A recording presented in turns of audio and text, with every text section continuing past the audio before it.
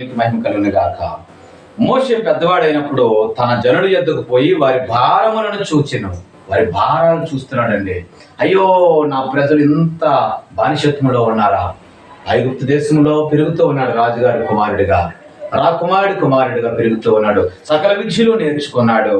వాడు పెరిగి పెద్దవాడైన తర్వాత మోషే తన ప్రజలను పెట్టినటువంటి హింస చూసి, ఆ ప్రజలకు పెట్టినటువంటి ఆ బాధలను చూసి, తన ప్రజలను చూసి, ఆయన వారి భారాలు చూసి అనుకుంటున్నాడు, నేను ఎలాగైనా వీళ్ళు రక్షించాలి అని అనుకుంటూ ఉన్నాడు. అయితే ఒకసారి ఒక హెబ్రీయుడు చూసారా, ఒక హెబ్రీయుడు ఒక ఐగుప్తీయుడు పోట్లాడుకుంటుండగా ఐగుప్తీయుడిని నేలను పాతేశాడు, చంపేసి.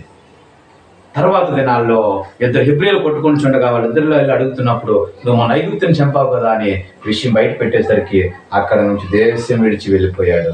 ఆ యొక్క ఐగుప్తు దేశాన్ని విడిచి వెళ్ళిపోయాడు. చూడండి, అసలు సహాయం చేద్దాము అనుకునేటువంటి సమయానికి సాతాను ఎలాంటి ప్రయత్నం చేస్తున్నాడు. మనలోనే ఒక దేవుని బిడ్డల్లోనే, క్రైస్తవుల్లోనే ఐక్యత తొలగిస్తూ ఉంటాడు. వాడు ప్లాన్ చేస్తూ ఉంటాడు, ఇక ఈ మనిషి కానీ ఇక్కడ ఉంటే వీళ్ళ సైన్యం విస్తరించిపోతుంది అని, వీళ్ళు దేవుని బిడ్డలు పెరిగిపోతూ ఉంటారు అని. అయితే ఈరోజు దేవుని మాట అంటుంది, ఇదిగో ప్రియమైనటువంటి సహోదరులారా, వెంటనే ఆ మాట ఎప్పుడైతే రాజుగారి చెవిన పడిందో, ఈయన ఐగుప్తీయుడు కాదంట అని అనేసరికి ఆ దేశాన్ని విడిచి మిద్యాను దేశంలోనికి పారిపోయాడు. ఇంకా మిద్యాను దేశంలోనికి వెళ్ళిపోయాడు.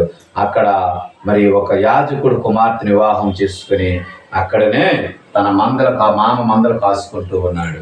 చూడండి, దేవుడు ఇక్కడ మాట మనకి ఇచ్చిన మాట, మోషే పెద్దవాడైనప్పుడు అనుకోండి తన జనుల యొద్దకు పోయి వారి భారాలు చూశాడు.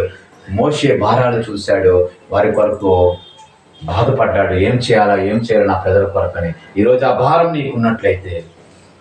నీకున్నట్లయితే సహోదరుడా, సహోదరి, నీ సంఘంలో బిడ్డల కొరకు, నీ రాష్ట్రంలో బిడ్డల కొరకు, నీ దేశంలో బిడ్డల కొరకు, నీ గృహంలో, నీ కుటుంబంలో, నీ అన్నదమ్ములో, నీ యొక్క అక్క చెల్లెలు, నీ తల్లిదండ్రులు, నీ బిడ్డల కొరకు నీకు ఆ భారం ఉందా? నువ్వు ఏ స్థితిలో ఉన్నావో, అయ్యో వాళ్ళు ఎలా పడిపోతున్నారో, అయ్యో వాళ్ళు దేవునికి దూరం అయిపోతున్నారేమో అనే భారం కలిగి ఉంటే, ఈ మోషే వలె నీకు ఆ భారం మనసు నీకు కలిగితే, నువ్వు దేవుని యొద్ద కూర్చొని ఆయన యొద్ద నువ్వు మొర్రపెట్టు.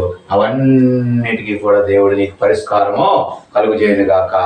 ఆమేన్.